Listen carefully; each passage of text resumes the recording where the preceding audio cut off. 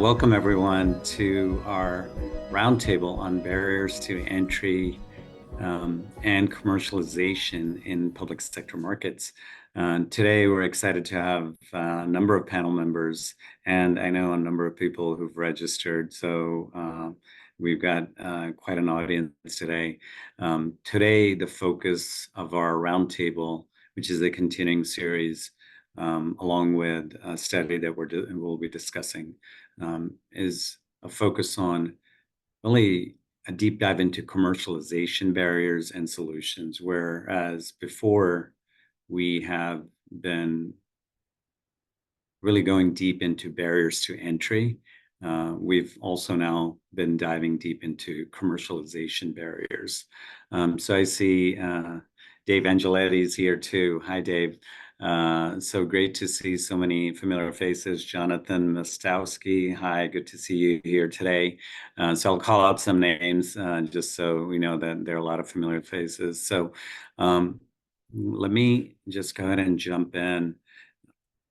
So the agenda for today, before we do introductions, first is introductions, and we'll just give you a brief overview of the barriers to commercialization study, where we have our Tech Innovation Circle founding members, as well as some of our team diving deep and engaging the community. So we'll talk about a bit about that. Then we'll have really a open discussion and with our roundtable, but also please feel free to ask questions. If you're in the audience, we can go ahead and bring some people up too, just to keep the discussion flowing. But really a very important discussion. We have a few questions, but want to make sure that you're able to chime in and ask any questions, because we know there's a lot of wealth of knowledge here. And then most importantly, at the end, this is a community effort, so we'd like to get others involved as well. So we'd like to hear how you'd like to get involved, but we also give you a chance to tell you how you can right away. So with that, let me just go ahead and take this off a screen share so we can do some proper introductions. So I'm Raj Sharma. I'm the CEO of Full Expand Forum. I know many of you here. And I'm excited to really just be a part of such an important topic, both how do we reduce barriers so we can bring in more and more amazing solutions and companies, which we know we need to really address many of the mission priorities across government. And also now commercialization, barriers to commercialization.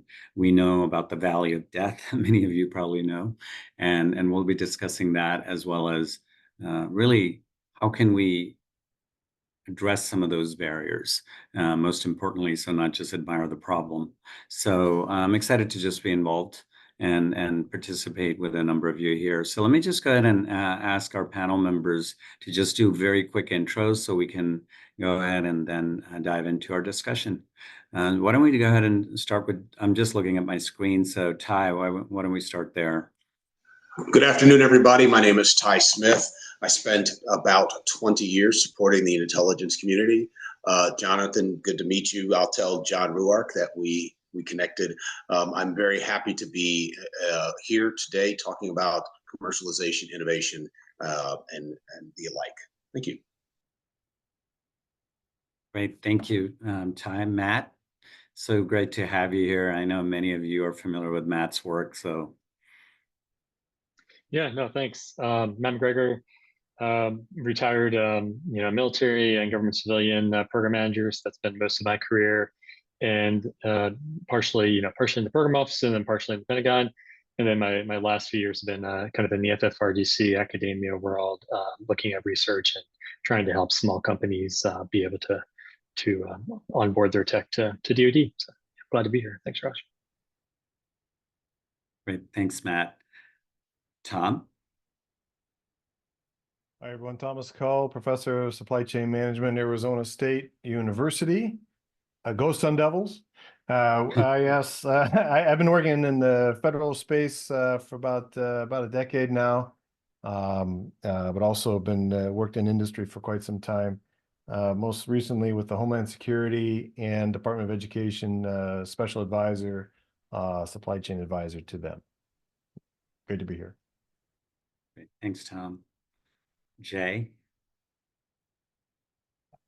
It's Jay. Bring up Department of Defense background, public policy, and I'm currently working in National Defense Industrial Association, kind of looking into emerging technologies and intersection with public policy and how to move those things forward. Glad to be here. Thanks. Great. Thanks, Shay. Hi, Tim.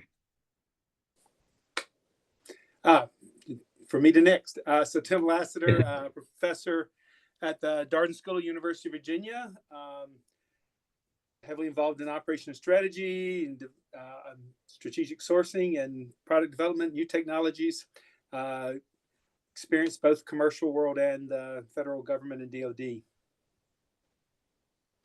Great. And Tim and I, it's been a while, but I used to go down to Tim's sessions with the Army at Darden to teach a couple of sessions. So that was fun. Great to have you here, Tim. And then we also have, I'm just looking down the screen here, Elle. Hello. I look kind of weird because I just had my wisdom teeth pulled like 4 days ago, so I'm sorry about that. But my name is Elle Gale. I'm the president of Shadow Ridge Analytics and the executive director of the ADO Tech Project, which is a small business administration regional innovation cluster. My background is in intellectual property management and technology transfer for the federal government. So work with several different federal labs, but now bridging the gap between federally funded technology and privately funded technology and all of the commercialization challenges that are involved. So happy to be here. We'll be picking on you, Elle. Of course. All right. Who did I miss so far? Gavin. Afternoon, everybody. Gavin Idlet here as an Army EOD officer, Defense Ventures Fellow, and I worked at Cisco supporting the Intel community. Searching for my next challenge, but excited to be alongside such great people, trying to solve problems for new entrants serving the government. So happy to be here. Thanks. Great. So as you can see over here, we've got a great panel, and a number of the people, Gavin, Elle, Ty, Jay, and I believe others will be joining, Conrad, Nicole, are also part of our tech innovation circle, leading some great work specific to commercialization. So we'll be discussing that a bit here. So without any more delay here, let me just go ahead. If you don't know Public Spend Forum, just a very quick intro. Public Spend Forum is a market and supply chain intelligence firm focused on really providing deep intelligence on emerging tech markets and issues like commercialization. So we're working across the board with the innovation teams, both in government and outside, as well as with investors and market facilitators. So I can tell you more about that anytime you like. But let me just go ahead and move to the topic at hand. So commercialization. I will be the first one to raise my hand. And I won't say out of this group here, I may be the least knowledgeable. Okay, so I'm going to benefit from this discussion the most out of everyone. But what we are doing, we know that as an entity, our goal is really not just to attract companies into the government market to help solve problems, but most importantly, to drive impact at the end of the day for our missions and make sure that we can accelerate impact and maximize impact. And so we know that attracting companies, whether it's early stage R&D, startups, is one part of the equation. Then we actually must drive towards producing solutions and impact. So that's where commercialization comes in. So we will discuss this topic of what's the valley of death if you're not familiar. Many of you are, and I will be looking at questions and many of you who are here asking you to participate. So I'm just looking at the names again on our list. I know there's so much experience. Richard Butel, hi Richard. Chris Van Meter, who's running ATI. He knows a lot about this. So just an amazing set of people here. So what we want to be able to articulate is what's the valley of death, first of all, but then how do you define commercialization in the defense public sector context? It's a little bit different than when we think about just commercialization broadly, right? Commercialization is an important part of any product life cycle. But within the defense public sector context, what are the barriers? And most importantly, what are solutions? And then we are working on a framework that I just want to tell you about as part of our study. So that's just overall, what's the focus of public spend firms' study on commercialization. In terms of what we're doing, we're working with the Tech Innovation Circle, as well as really across the board, the community, to ultimately produce a model that can help us predict where companies are on their journey and give us a roadmap. So we've actually started on this already and done a bit of work. So the overall approach at a high level, and we'll do a deeper dive and a separate discussion, is one, we've started with a meta-analysis of what are commercialization barriers and solutions. So we know there's a body of work out there. We'll discuss some of that today with this expert panel in terms of what barriers are there and what solutions are there, right? So what we like to do, what I like to do when we start any of this type of work is really make sure that we get the benefit of all that knowledge out there. So that meta-analysis, we're looking at every paper out there, and we're looking at really other frameworks out there that can inform some of the work we're doing. And those can come from outside of the defense public sector context as well, because we want to make sure we leverage really the best of the thinking out there. And then number two, then develop a framework with indicators that can be used to identify where a company or solution is on their commercialization journey. I think as you'll hear in this discussion today, really the paths to commercialization, it depends where you are in the product life cycle, and those challenges may be different. So how can we predict or be able to tell where a company is on its journey? And then we're going to be testing that framework, both with real data as well as with test case studies of real companies. And then our goal is to produce a framework that can be used by others as a resource. So with that, I'm going to go ahead and push us to our discussion. But let me just actually ask anyone on the panel who's involved in this, if they wanted to chime in on this work that we've started.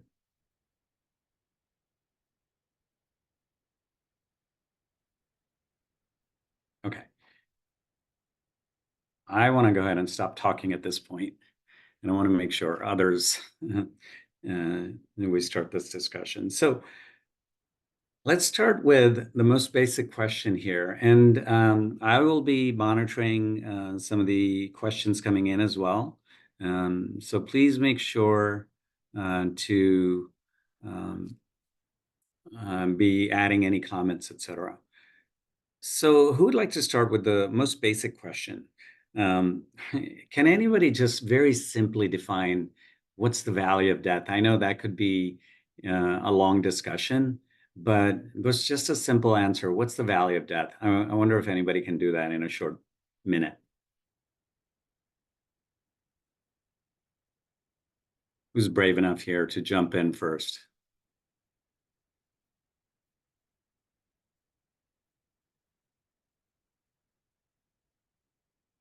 I'm going to call on somebody. I guess I'll jump in, right? Yeah, and I think you can view a valley of death from a couple different perspectives depending on what market you're trying to enter. But in general, it's moving something from a phase where it is not being used, not being sold, not being, it's a technology or something that exists that is promising, but needs to be converted into something, an application that can be used by a market. So that transition, right? That's where most of the companies, the VCs, expect a lot of companies to fail. DoD sees it with cyber. Not everyone moves from phase 1 to phase 3, right? There's that calling phase, and so that valley of death to move from, I guess from a concept, from a prototype into something that's applied and being sold. I'll throw that out Great. there. So research, prototype to actual use. Great. Anyone else? I'll just mention that. I mean, the why it's what's the valley? I mean, it's if you can look at it from a I guess a cash flow perspective, you got the initial influx of investments and maybe some equity, but then that starts to wear out as organic growth is looking to pick up, and so some people talk about ways to bridge that liquidity challenge of starting to generate organically that investment. And so there's that challenge to do that, and not everyone is prepared for that moment of crisis when you're struggling to start up. Absolutely. I think most startups can relate to that. I was going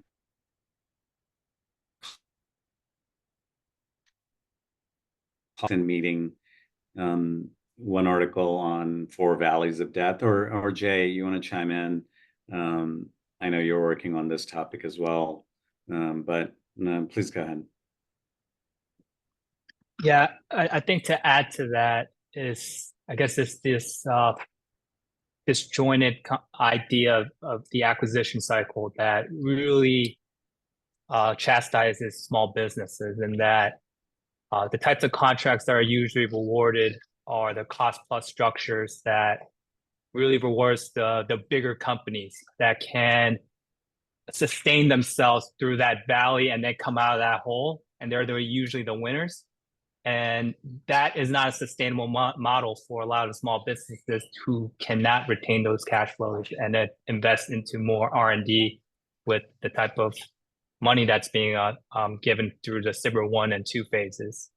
So that's another perspective to have regarding the reason why we're in this hole, we'll say, because the innovation is coming out from private sector. It's no longer DARPA from the 1960s and 80s where GPS was being created from that side. But yet the DoD and federal government do not know how to utilize their cash levers to really hone in to the creativity that can really resolve the problem sets that's been sent out through the RFPs. And that I wouldn't even say gap, it's a huge valley that we're trying to bring together, but we're still in the same cycle. Because we also have to understand the program executives, the personality that's involved, who's in charge of these programs. They rotate in and out, their priorities change, the goalposts change.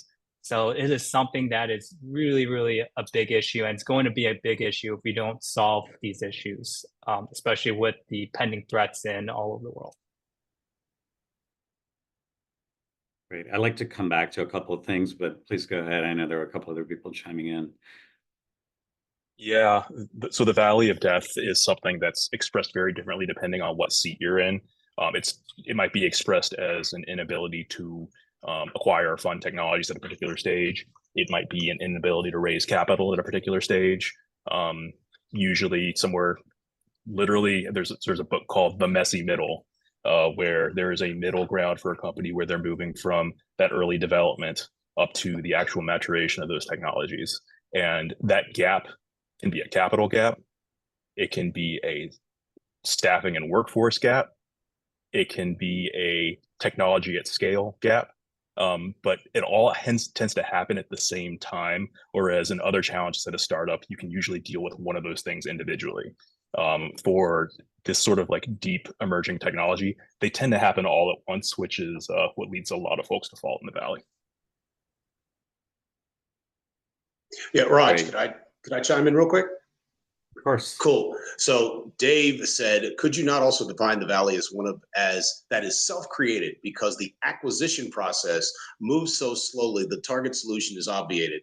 And I really like that because what he's acknowledging, because I would suspect that most of the folks on here, of the 22 people who are in attendance, have some sense of the valley of death. And I appreciate you asking us to kind of give our definition. But what Dave has to offer is that there is a time, there's a lack of time sink. And Jay, you alluded to it as well. So I think there's also a social, as Conrad is offering up, there's a social valley of death as well. I don't get paid to make stuff move quickly. I am an acquisition professional. I went to DIU. I have a DIWIA 1, 2, or 3. I know how to make this move. I get my incentives are structured to make sure things happen the way they do. Those of us that are in the startup community on the commercial side or in these R&D type of opportunities that work on the government side. I need to get this out. People are saying they need it. It's like, yeah, I don't know how to do that. I know FAR 15 and everything else, the OTAs and all the rest of that stuff that could overcome some of these hiccups in the Valley. I don't know that. And besides, I'm not getting paid to do that. And don't you do it because this is how I got here. And I want to make sure that I continue, I get my TCP done. Right. To me, no, that's great. And what I'll say is, in hearing this discussion, to me, what's most interesting about it is that if you were talking about commercialization purely outside of the government market, right, you'd have typical challenges like how mature is the technology? How is there a product market fit that's been defined, right? Are we running into some other challenges? Can we scale production, for instance, and maintain unit cost that's affordable outside of prototyping? But you're highlighting a number of other issues that are unique in the public sector context, right? Whether it's the acquisition cycle, as Jay, you mentioned, or the messy middle and the social valley of death, the culture. So there are additional constraints. Anything else to add to that? That was at least kind of my takeaway here as I think about it from a commercial, just a purely commercial versus in.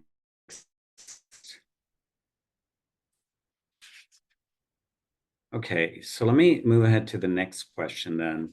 Okay, so we can admire the problem, but let's talk about commercialization. So how do we define commercialization? Again, we can start with just a pure answer without the public sector context and then layer the public sector context. But if someone would like to jump in there, how do we define commercialization? And I'd like to go to Matt in a second, but Matt, I'll come back to you because I know you have some deeper kind of things that you can bring.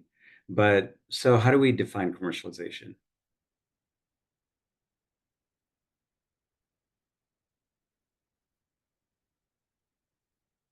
Very simply, I tell emerging companies or new founders that commercialization, the process, the journey, is the process of getting paid for your solution. Making sure that commercialization, the end goal is that you are providing value to a paying customer. And want to take it a step further, commercialization, the end goal is to be providing enough value that your business has healthy cash, whatever that looks like for that particular business. Mm-hmm. I don't know if that's a simple answer, but that's some point we can jump off of. That's usually where I begin with new founders. That's a very practical answer. How would you look at it, and what's the government perspective on that? Or if you're looking at it more as an innovation community member who's investing in these companies or investing in R&D upfront, Just how would you look at it from a government perspective? What's commercialization? On the government perspective, typically what I hear them describing commercialization as is getting to the point where a technology, if it's federally funded, the technology is at a point where it's attractive enough to be transferred, the IP be transferred to the private sector. But outside of federally funded IP, typically what I hear the government perspective being, and I'm in the private sector, I work with the government, but so I'm not, I don't represent the government in any way. But typically then it is, do you have a technology that is in the TRL, the technology readiness level, between 7 and 9, meaning that your prototype is working and functional, but I typically do not get the idea or the feeling that the government thinks about it in terms of cash flow. They think about it in terms of the technology's viability or its performance.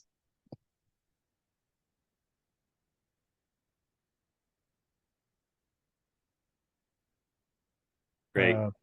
Coming from a supply chain perspective, I would add, you have commercialization as a both on the demand and the supply side, and I would say you are as an entity trying to become viable, and particularly if you're looking at the public space, and if you do work both on both areas, you're trying to be viable as an entity within those ecosystems. So both having the right supply chain to be certified under the federal regulations and government expectations, but also on the commercial side, being able to be responsive enough, nimble enough, etc. So I think there's particularly challenging to be able to do in a somewhat ambidextrous dual mode operating. And if you're in both areas, on the private side, supplying as a contractor, it could be quite a challenge. But that is what I would look at it, fitting into those ecosystems. Thanks, Tom. And I know you brought up networks, and that's a really important point about, part of commercialization is, do you have a ready supply chain too, to help you scale? Matt, that brings me to you. Just could you, I know there's one flavor of commercialization that Al referred to, where government is investing in IP, early stage R&D, DARPA, National Science Foundation, DoD. But there's also a huge emphasis right now on dual use, right? How do you bring commercial tech? Could you talk about it from that context? I know a lot of your research and some of the work you do, you're looking at some of these programs, but what's the difference here from a dual use standpoint? What does that mean, and how is it different?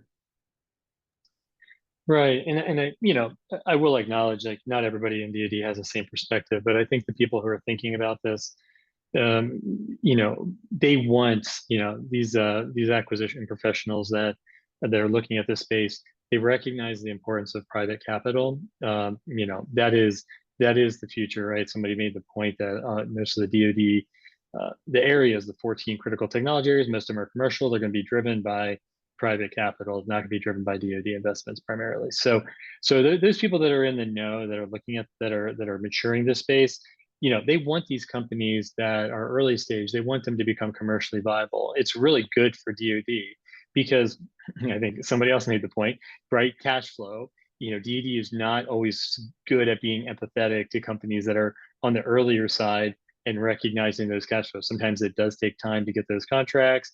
Even just getting one contract might take a year, right? You're going through some of the phases, might be real small dollars and building up, or could be multiple years.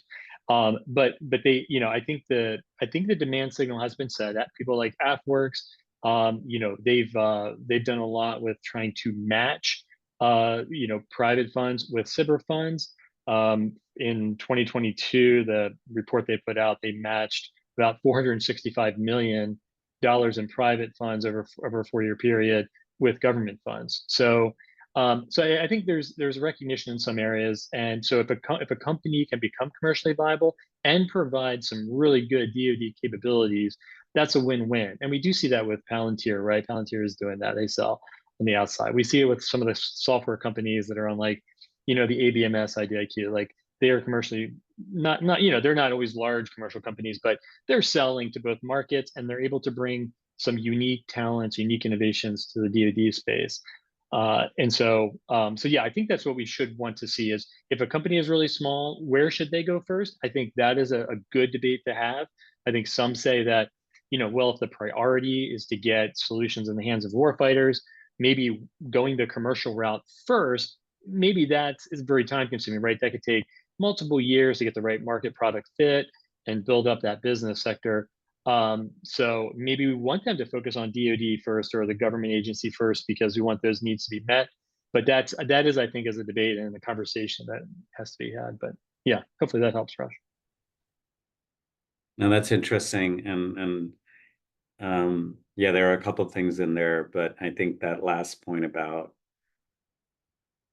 where should they go first, I think that's probably a long debate, right? Especially as we look at some companies that are started with more commercial markets in mind, but they win their first R&D contracts or funding through government. So that creates a conundrum of sorts. Ty, I see, and there's some comments I'll read as well. Ty, please go ahead and then I'll read some of that. This is a very, I'm sorry, this is a very interesting conversation that we're having around dual use. Was working with a company right now that has very, very interesting technology. He has SOCOM interest, he has NATO interest, he has commercial interest. We had a conversation. I introduced him to somebody who used to work in USDR&E, who could help him with his product. And the question then was, the question from this person was, how are you planning on commercializing this? And I mentioned, well, what about dual use? And his thing was, when he was literally worked in line to Heidi Shue. His thought was, the government is going to want 6,000 of these units, right? Of whatever that unit X, they want 6,000. But on the commercial side, they want to see whether or not you can scale up on the commercial side without, you have enough volume on the commercial side. Do you have 60,000 of these units to their 6,000 or 600,000 to their 6,000? Because the commercialization process, as he laid it out, this gentleman who worked for Heidi, his thing was, I may have one very specific thing, but if you don't have the 10x volume to be able to put out, I don't know if I want to deal with you, because what happens if I have demand, but you don't have enough back end, enough resources in the kitty to be able to make this happen? Will you go out of business? And he was saying to this gentleman, you may want to make sure that as you look towards the DoD to get their 6,000 units and do whatever you're doing with them, they are going. His thing was, we also looked at what on the commercial dual use side, what's happened in the commercial sector, and there's there enough on the back end on the commercial side to make it worth us working with you. And I think that's we talked about the Valley of Death. That could be a Valley of Death issue for a small company who's trying to compete against the big boys. We're talking about the big defense contractors. Excellent technology, but he doesn't have enough on the back end to go against them. And so how does he partner up? Rajinder was saying about where's the mentoring that what do they call it? Protege mentor relationship without my small business getting eaten up. I think that was the biggest concern of this guy I'm working with. Over.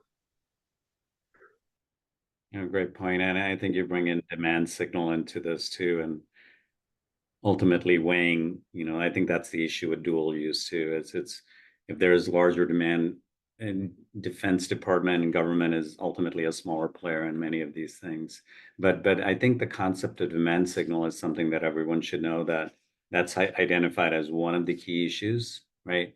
If you don't have a clear demand signal and knowing, that there is actual kind of ability to forecast demand and there's cash behind it, then it's ultimately difficult for any investor, any company to put a lot of muscle behind, whatever they're developing, right? If you don't give them that. So Jay, please go ahead. And then I do want to transition towards success. Kind of what does that success look like? So I want to make sure we discuss that for about 20 minutes. Jay, go ahead. Also want to provide the perspective that dual use is actually hard to do and can be very expensive. But the federal side just waves it as like, hey, they feel comfortable when they have a test case study when it works in a commercial side that they could bring it on to the other. And that preference needs to be shifted just a little bit because it really puts a lot of small companies in a bind. And when a company commits to do commercial, whether hardware or software, and bring it in to the public sector side, there are different regulations, there are data stack standards that they need to abide by, and that's very costly. So to be able to, for those small companies to have that dual, like the R&D invested into a dual use in mind, may not be feasible for them. That their only route to go commercial might have been the only thing, and then when they asked to bring it on to the other side, sometimes they can't do that either. So that capital infrastructure that allows for certain companies, those unicorns to exist, to have those dual use, are actually far few and none. So that's another perspective we have to have in mind. It sounds great on paper, but in application, it really binds the small companies in the long run. Yeah, Jay, I was going to jump into, and that's a great point. There's a lot of technology out there that in theory is dual use. Like we talk about drone sensors, for example, that's an area I'm pretty familiar with, work with a lot of players in that space. So technically, theoretically, yes, there is dual use. There's use for precision ag for drone sensors, and there's use for the military. But the requirements for those two are totally different. So it's a balancing act of understanding what the requirements would be for your military customer versus, your precision ag farmer customer. Can you handle both requirements? What would get you to market faster? What is the back end requirement, the back end scaling that needs to be done to meet those requirements? So understanding, what exactly your customer wants and what the problem is, and being able to understand, can you feasibly, do you have enough cash? Do you have enough time to meet the requirements of both? It's very, very challenging. I think somebody in the questions also brought up partnerships, and somebody brought up mentor protege, but this is definitely an area that I think we're gonna see a lot more growth in. The Army just rolled out some, contract evaluation criteria where they wanted, more primes to partner with subcontract or smaller contractors, smaller, innovative, commercially oriented contractors, where you're going to have to see, I think, for some of this scaling on the DoD side, you're going to have to see partnering with some of the primes, people who know the defense space, how to get through the different wickets for, safety certifications, and how to make it militarized, and how to integrate it in a way that the military could buy it. That I think is a model that's going to have to grow over time. I think we're seeing that happen more. So L3Harris has partnerships. You see one of the space companies that was on the SDA contract was working with Lockheed. I think Lockheed just recently acquired them, but they were working together. Lockheed's partnering with some of these air sea glider companies, helping them try to figure out how to make their product something that the Marines could buy. So I think there are some examples out there, but we definitely need to see a lot more of that, because that's a really good point. That's a real challenge for companies that don't have a lot of capital on hand. And it does depend, right, and I will like to transition. I think that's a good segue, Matt, to discussing about success here, and what have we seen from a success standpoint, because I think what you're talking about here is it depends on the type of product, right? If you have an end product, it's potentially more feasible to go direct to a customer, whereas if it's a component of or a subsystem that's part of a larger system, then the pathways may be different, right? And the customer buying behavior also comes into play, really understanding that. And I think, and Dave, I saw your comment about also, let's not forget about the impact of FedRAMP and OTA, and it goes back to processes have on the widening of the valley, and totally some of the government processes, again, acquisition, as well as some other requirements that potentially detract companies. So let me go ahead and transition to the next part of the discussion, which is really what have we seen the most successful organizations do to commercialize in this space? So Conrad, I'll go ahead and ask you first. I know you've discussed this, but and I'll come back to some of you here. But yeah, what are some successes we're seeing? Because I think ultimately the model that we're building is meant to articulate what are the and integrate some of those success factors, and then be predictive in that process. So I would love to kind of transition there. Yeah. So if I'm to zoom out like a lot, I think what leads to successful commercialization is embracing the understanding of human and relationship complexity as much as science and engineering complexity. And what I mean by that is very often somebody who's engaging with an emerging technology, based on the fact that it is an emerging technology, has been highly optimized and highly focused on maturing that technology, de-risking it, making it so it's more and more and more predictable. On one hand. On the other hand, that is a very separate skill set and a very separate approach from being able to effectively communicate to multiple stakeholders what the technology means, what it might mean to convince them to adopt the technology, basically taking that particular emerging technology and then interfacing it with an organization that has realities of how it can effectively implement that technology. That requires understanding personalities. It requires understanding organizational design. It requires looking as critically about the human systems of individuals that interact with each other in the organization, as much as you look at the quantum physics, and as much as you might look at artificial intelligence models and understanding the data structures and all of that. Like, it requires having the same mindset applied to both. And what we find very often is that a lot of folks are highly optimized for one or the other. Very rare to find folks who are highly optimized at both.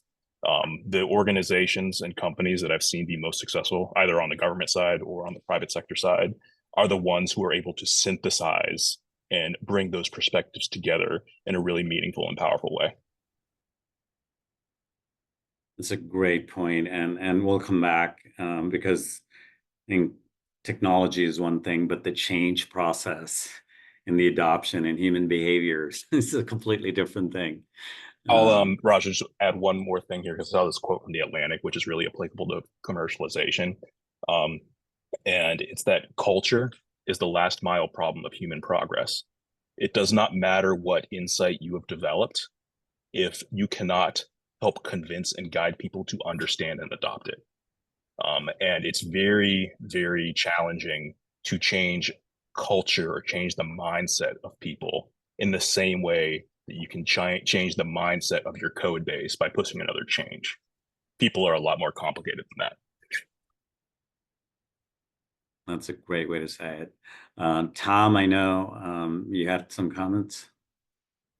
A good example of that I've been working with right down here in Scottsdale, Axon. They're a provider of body-worn cameras, and both to the federal government, big, probably the provider to the federal government, but also to healthcare, to private security, to fire and private police department, cities, and so they have a wide range of consumer markets that they are customer markets that they go after. And as in the federal government, why do I care about that? It sounds like they're highly distracted. But one of the key things in the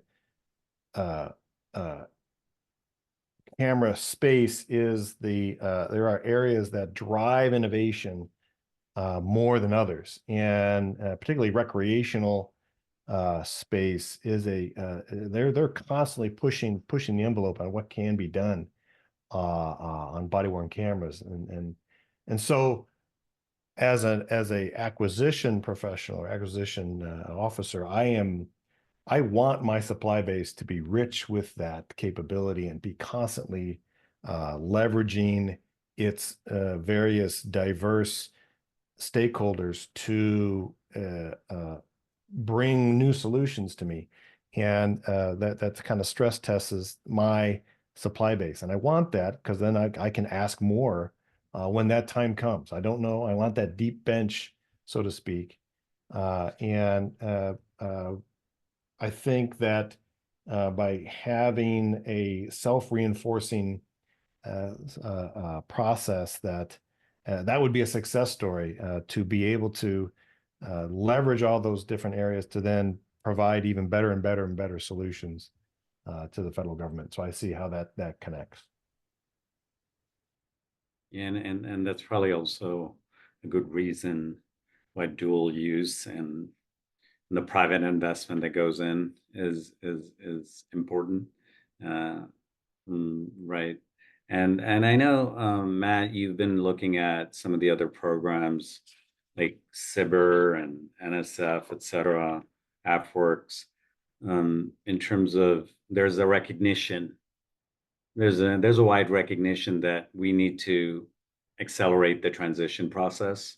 So what are you seeing there in terms of success stories or what's being done? Yeah, I do think it's promising. I get the point that there's a lot more DoD could do, but I do think you're starting to see a lot more, commercial solution openings as a contracting tool that allows contractors that if they have, some innovative thing, government puts this pretty much open call out there, they can offer their suggestions or their solutions, and be able to sort of inject at different points into a program, based on what the government needs at that point. So I think seeing more of that, and you see a lot of that from DIU. It feels like I get a notice every day, on some new one. I do think a lot of vendors are not always aware of all the government, announcements. I think that is a problem, but I do think you are starting to see more use of CSOs, more use of other transactions. And one of the practices that I would throw out there as there's two practices I think that are I'm seeing more of and that are super helpful, I think, for commercialization. One is the trying to model, so that a commercial company does not have to change their entire structure. They don't have to do cost contracts or the cost accounting systems and all that. They can, so have more fixed price arrangements, also have the ability to do more multi-phase sort of competitions. Starting to see a lot more of that, even for some of the bigger systems, and you're starting to see some non-traditional players come in the mix and start to be able to compete because, well, yeah, maybe they only have the capital to do a prototype, but if the government's, or the skill set, the scale to do a prototype, but they do that, they learn, they're able to improve their processes, and then they can get ready for those next phases. So I think if you combine more use of like fixed price contracting, the ability to do CSOs, OTs, model the commercial sector, along with multi-phase kind of competitions, I think those are the practices we should probably be pushing DoD to use more of because it would benefit greatly. And I think AFWorks and DIU have kind of demonstrated something. I got to add one more thing to that as GSA issued something that's really important, I think, for software companies. Just a simple change that was issued that now software licenses can be paid up front, which is a typical norm in most commercial contracts, right? You sign a software subscription, you pay up front. That wasn't allowed until just recently, right? And a simple change like that can open the door to lots more companies because we know that that's been a barrier, but there are some changes. So that's great news. Conrad? Yeah, I wanted to build a little bit on what Matt McGregor just said, because what this really comes down to is for any buyer, and that could be the DoD, that could be a government agency, that could be a large enterprise. If you want scale, then you either have to buy from someone who's scaled already, or you have to buy scale for a company that hasn't scaled yet. That is another term for that is, I think we talked about supplier development, right? You have to invest in the capacity of that supplier base to grow. And that can be challenging when you're dealing with, cost plus fixed fee, or you're dealing with only a specified amount of margin that's available, because now the expansion of let's say, defense industrial base is completely constrained by whatever percentage that is, because that's where the folks are going to be able to, derive their revenue from. If you can have dual use technologies that are, buttressed by the commercial sector, that's great. I hope you can. But if we're looking at, if the DoD is looking just in terms of like defense companies selling into them, then that margin is all they got to be able to meet that scaling need. And by nature, primes are probably going to be easiest to do that. Right, that's a great perspective. We can come back to that in a second. Al? Yeah, building off of the conversation so far, when we talk about successful companies, and successful doesn't have to mean that you've raised a gazillion dollars in private capital and you're at all of the fancy venture capital, speaking events. It could mean that you provide well for your family and you provide economic impact to your local economy. To me, that is success as well. And there's a lot of successes out there like that. You just don't hear about them. But really, it does come down to relationships and how to get along with people and make friends. I see so many companies say, well, I responded to their BAA and they never emailed me back, but then I saw a CSO later for the same idea like 3 weeks later, and that is frustrating. I understand that, but you have to be able to get out and talk to people. You have to get out of your lab. You got to get off your laptop. You have to build relationships with these agencies, and I personally think it's a little easier to do on the R&D side than the acquisition side. We all see, they don't. Program managers tend to not put their phone numbers or emails in their signatures, and it can be a little bit challenging. At least that's been my experience. But getting out of the lab and talking to people is where I've seen really, really successful founders. And a second piece to that is, don't be afraid of subcontracting. I I don't know about the rest of the team here, but I see a lot of companies that view that as like second class work. And there's so many benefits to subcontracting. It provides past performance, it's revenue stream, it gets you those connections. So even though you are hyper focused on building your product, it's not, there's an art to it, but be comfortable with also providing a service to bring cash to your business while you're commercializing your product. And again, it's a balancing act. You want to be focused on providing value with your product, but be open to other value streams, other revenue streams that your business can provide in the meantime. You got to keep the business functioning, right? So that's great. And I really appreciate that comment about, success can be defined. It doesn't always have to be the big giant company that gets glorified because they raised Series C and raised $100 million, because I think that's the culture, because there are a lot of, the economic engine is, especially, I think there's a focus around investing in smaller communities and underserved communities, which is a really important thing to keep in mind. Ty. Yeah, there's a great quote that I like. It's by F. Scott Fitzgerald, and this goes back to something that Matt said. The test of a first-rate intelligence is the ability to hold two opposing ideas in the mind at the same time and still retain the ability to function. And I think that what we've been talking about, particularly as we move, can I be a small and work with a big to get value? So, Elle, I really appreciate this idea that ultimately the equation is, am I creating value for both my customer and myself? Which means that I was having a conversation yesterday about the liminal space, that all of us have to, the space between what we think are the poles of commercialization or innovation or entrepreneurship or sustainment. I think that in order to get where we are providing that value, we have to hold both of the poles. It's not an either or. It's the ability to hold both of them, to hold the center, to hold the space between, that will make commercialization, that will make the leap past the valley of death. Because we think, to your point, I think Elle and Raj, it doesn't have to be the Series C It is the value, because that ultimately is what the true test of whether or not we're successful. Great. One last comment, and then we'll transition to closing. Conrad.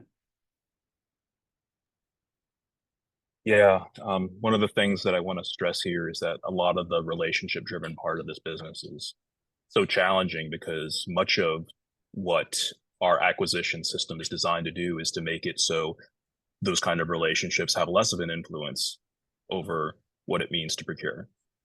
At the same time, the only way to traverse complex government processes where they're not accurately described, or maybe they're not terribly transparent in terms of how to navigate that, is to form personal relationships. And a lot of companies and a lot of founders get caught in that catch-22. And the government side too. Yeah. That's always the been liminal space. That's the liminal space. That's that space between.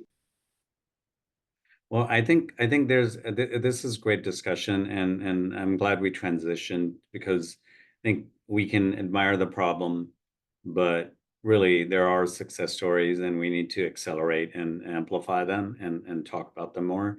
So I think so as we close out this discussion, I wanted to first thank everyone. Um, this is a really complex area, right? But it's so critical, and that's one of the reasons we're taking it on. Um, and not we're not the only ones, so that's good. We're looking to collaborate across the board, but it is so important that whether we're talking about dual use, bringing in companies, whether we're talking about small companies being successful in and really helping their communities thrive, or it's the next blockbuster company that can leverage public funds, right, and help important missions. Commercialization is really a key thing that we have to be able to do, and some of the factors that have been highlighted here are critical. So that's what we'll be bringing into this next step of our process here. So again, I'd like to reiterate what we're doing is building a model. We don't want to just have discussions like these. I do think they're important. We talked about human relationships and discussions. And so I do believe discussions are critical, not just on Zoom, but also in person, as we've discussed before. But what are those factors that we can build in? So we'd love to, if you'd like to get involved in any way, please let me know. Many of you know, and I can put up my email here, and others. We can put you in touch with others as well easily. Please let us know if you'd like to get involved. One, to be part of the study in any way, help us connect with people, help inform some of these factors. And then ultimately the goal is to have an open source tool out there that can help us predict where somebody is on their journey. And then they can say, okay, what are the things we need to do, right? Whether you're on the buy side or the innovation team side, investing in companies, or on the flip side. So that's our goal. I'm just putting my email in really quick, but we will connect you to anyone you want to connect to. I don't have time to put everybody's email, but you can. Others can put in theirs. But we will definitely get everyone connected, and that's our goal. So thank you so much again for taking the time today. We know everyone here who's attended is super busy. Rajinder, thank you so much for joining from UK. We'd love to have you. I've been meaning to get in touch with you, get you on our panel. Thanks everyone, and have a great rest of the week. And we'll circle back with some notes on this and next steps. Thanks again.